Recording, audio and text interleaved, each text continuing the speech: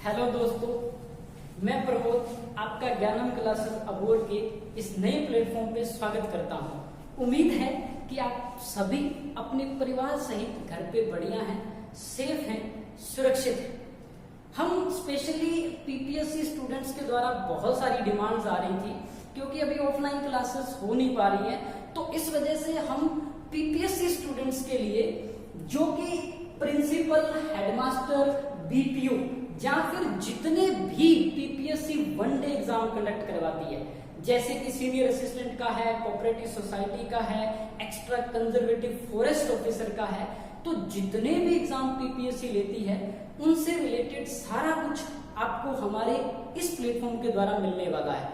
जो भी सिलेबस है, जो भी सब्जेक्ट है, पूरी तरह से बहुत बढ़िया और अच्छे तरीके से कवर किया जाएगा। मैं आपको रीजनिंग पढ़ाने वाला हूं। उससे पहले हम थोड़ा सा सिलेबस डिस्कस कर लेते हैं। वैसे तो आपको पता ही है, नोटिफिकेशन आएगी करीब करीब 1.5-2 महीना हो चुका है। बेशक एग्जाम डिले हो गया है, बट एग्जाम जब भी होता है उससे पहले आप बढ़िया रहें, प्रिपेयर रहें और अपना बेस्ट दें जब भी एग्जाम हो सके।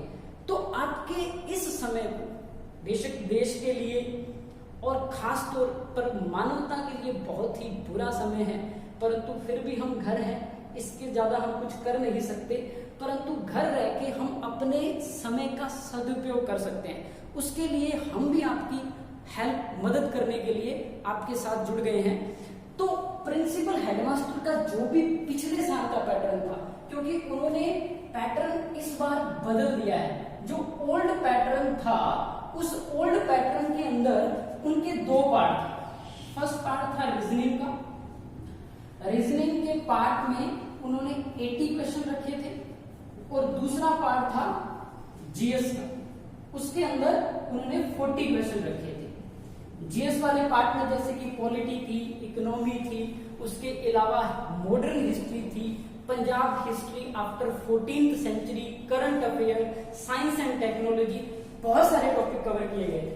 बट इस बार उन्होंने जो न्यू पैटर्न जो सेट किया है, उसके अंदर कुछ चेंजेस कर दिए। उन्होंने नए पैटर्न के अंदर रीजनिंग की जो वेटेज है वो कम कर दी है। रीजनिंग की वेटेज अब 40 क्वेश्चन हो चुकी है और बाकी जो पार्ट है, दूसरा जो सेक्शन है जो कि 80 क्वेश्चन का आने वाला है, उस वाले सेक्शन में उन्होंने काफी सारी चीजें नई ऐड कर दी है। जैसे कि आपको जीएस तो आएगी, जीएस का सिलेबस ऑलमोस्ट वही है जो पिछली बार था। ज्योग्राफी नई ऐड कर दी गई है। उसके अलावा उन्होंने एजुकेशन का पार्ट ऐड कर दिया है, पंजाबी ऐड कर दी है और इंग्लिश भी ऐड कर दी गई है। तो जो 40 क्वेश्चन रीजनिंग में ज्यादा थे वो शिफ्ट करके उन्होंने इस वाले पार्ट में ऐड कर दिए। अब बेसिकली मैं आपको रीजनिंग करवाने वाला हूं, तो रीजनिंग के सेक्शन में क्या पढ़ना है, कैसे पढ़ना है, किस तरह से आप प्रिपरेशन करने वाले हैं, वो हम इस पूरे कोर्स वर्क में डिस्कस करेंगे। रीजनिंग में पिछली बार उन्होंने पूरी तरह से सिलेबस मेंशन किया था और वो बेसिकली वो कुछ भी नहीं था। आर.एस. अग्रवाल बुक की पूरी जो है वो उन्होंने छाप दी थी टॉपिक इंडेक्स को।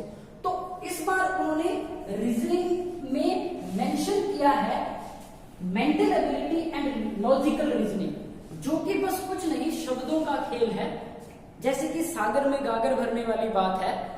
उन्होंने इस बार टॉपिक नहीं मेंशन किए, परंतु रीजनिंग के लिए उन्होंने सिर्फ ऐसा लिखा है, मेंटल एबिलिटी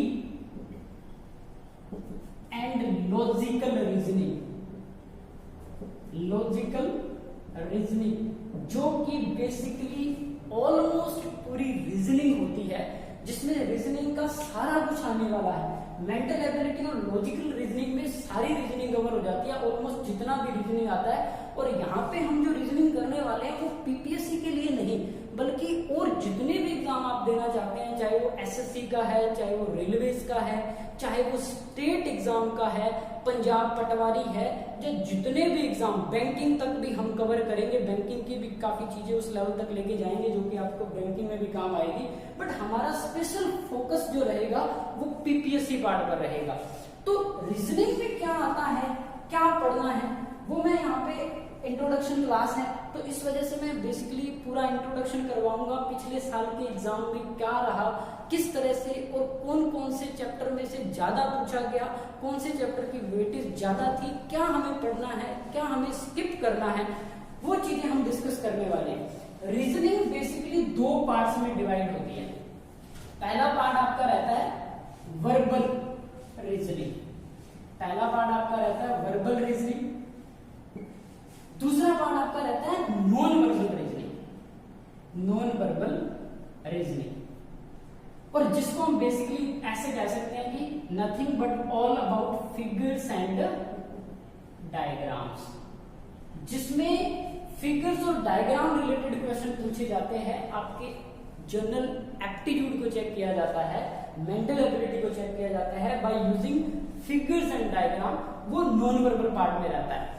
अभी अगर मैं पिछले बार वाले सिलेबस की बात करूं तो इसके आपके पास जो है वो 21 चैप्टर मेंशन थे, 21 चैप्टर मेंशन थे, जो कि आरएस अग्रवाल ने डिट्टो उसी सीक्वेंस में दिए हैं जिस सीक्वेंस में पीपीएससी ने उठा के सिलेबस में लिखा था। अब बात करें यहाँ पे वर्बल रीजनिंग की, तो वर्बल रीजनिंग जो है वो बेसिकली 2 भागों में आके डिवाइडेड है।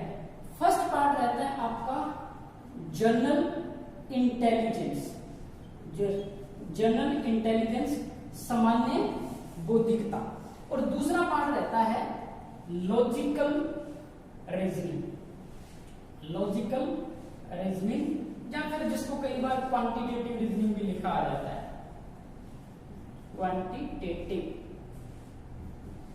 रीजनिंग। ये 2 सेक्शन रहते हैं। लॉजिकल रीजनिंग में पिछली बार के सिलेबस के अकॉर्डिंग 8 चैप्टर थे, और इस वाले पार्ट में अगर हम बात करें तो हमारे पास करीब करीब 21 चैप्टर रहते हैं। इस वाले सेक्शन में असल में 13 चैप्टर है जो कि नॉन वर्बल पार्ट में रहते हैं।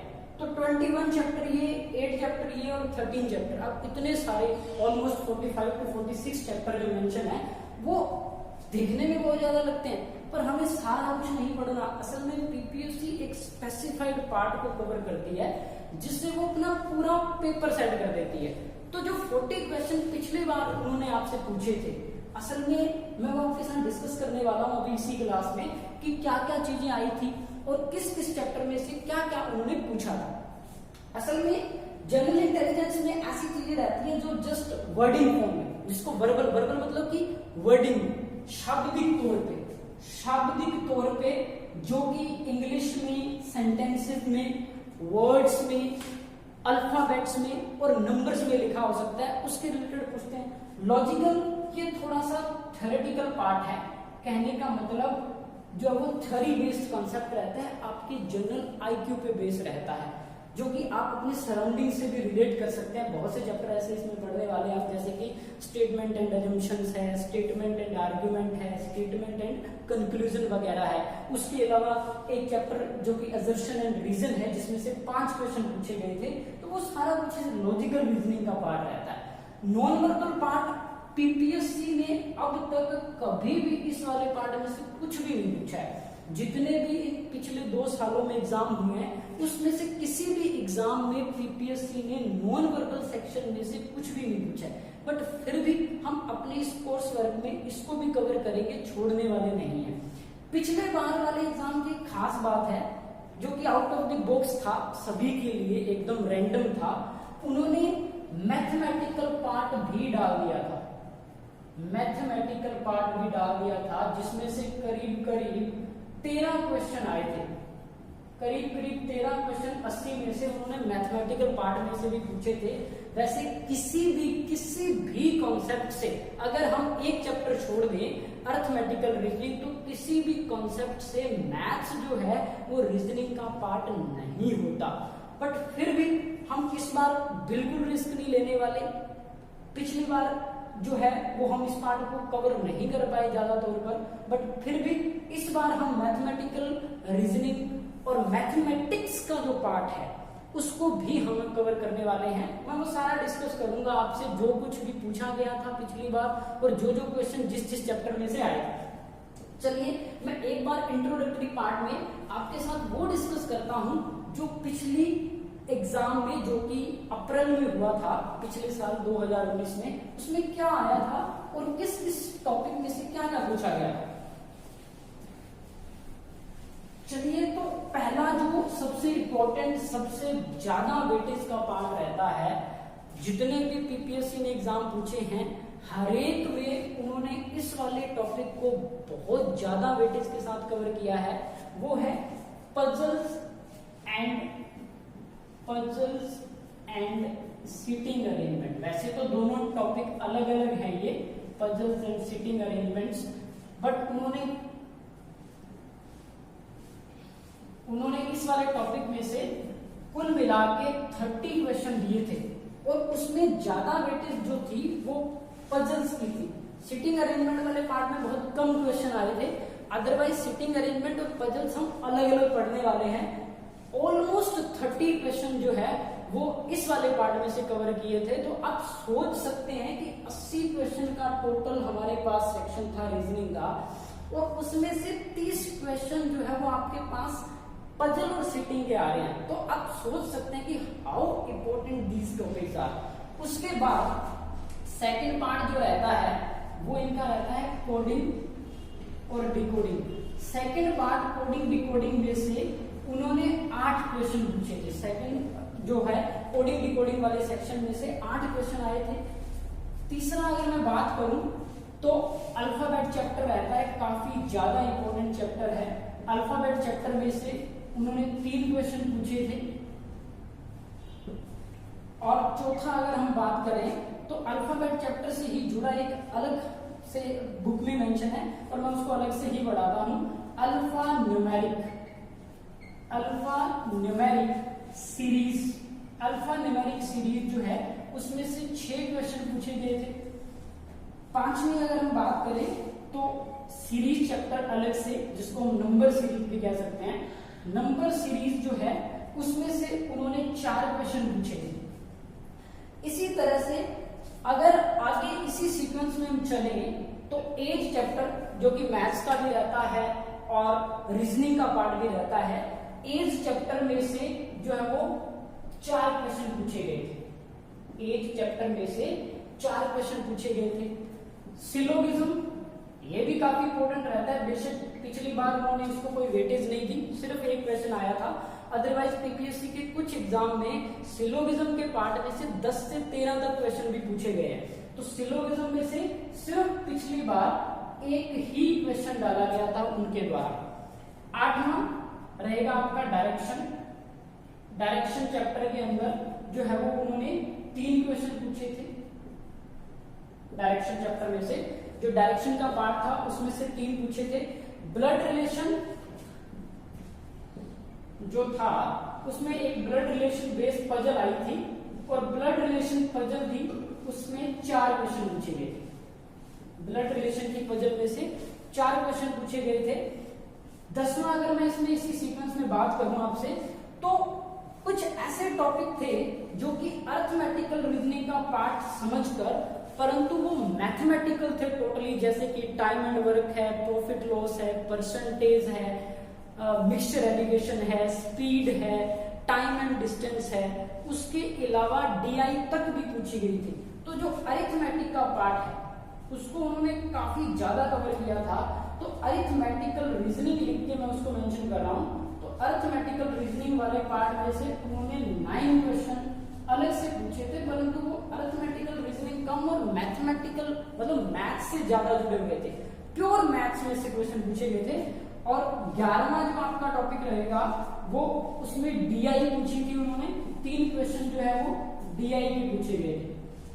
और इसी तरह से इसी सीक्वेंस में देखिए, अभी आप चैप्टर जो मैंने आपसे जो इंट्रोडक्शन में बात की थी कि रीजनिंग जो है वो 2 पार्ट्स में डिवाइडेड है और मैंने आपको चैप्टर बताए थे, ऑलमोस्ट 45 to 46 चैप्टर बनते हैं, परंतु उन्होंने सिर्फ 11 से 12 टॉपिक में पूरा जो है वो 80 क्वेश्चन का काम कवर कर लिया है। और कुछ मिसलेनियस पार्ट भी हैं, इसमें मैं लिख देता हूँ, कुछ मिसलेनियस पार्ट भी हैं जिसमें से जो है वो करीब 3 से 4 क्वेश्चन आए थे। तो इस तरह से उन्होंने ऑलमोस्ट जो है वो 80 क्वेश्चन कवर कर दिए थे सिर्फ इन्हीं 12-13 चैप्टर में। और अगर हम बात करें कि हमने किस तरह से पढ़ना है, तो देखिए ये चीजें तो होने वाली हैं आपकी, बट सिर्फ अगर मैं अपने पिछले सालों के 2-3 सालों के पीपीएससी के एग्जाम के एक्सपीरियंस के तौर पे बताऊं तो सिर्फ 15 से 16 चैप्टर के अंदर पीपीएससी अपना पूरे का पूरा सिलेबस जो उन्होंने एग्जाम में डालना होता है वो कवर कर देते हैं। इसका मतलब ये नहीं है कि जो बाकी टॉपिक हम छोड़ने वाले हैं, नो डाउट हम बाकी टॉपिक भी करेंगे। इसमें आप एक ये भी मेंशन करिए, जैसे मैंने पीछे बताया था आपको, assertion and reason logical part का अगर कुछ आया था तो लॉजिकल पार्ट में से सिर्फ एक ही चैप्टर आया था, वो था असर्शन एंड रीजन, और इसके 5 क्वेश्चंस जो हैं वो उन्होंने पूछे थे उस टाइम। तो आप अगर आपको इसको टोटल को सम अप करेंगे तो ऑलमोस्ट 80 क्वेश्चन आपके बन जाने वाले हैं। तो इस तरह से उन्होंने 11 से 12 चैप्टर में पूरा सिलेबस कवर कर दिया था। तो अभी मैं आपसे पूरा सिलेबस किस तरह से हम पढ़ने वाले हैं ये डिस्कस नहीं करने वाला, डेमो क्लास है।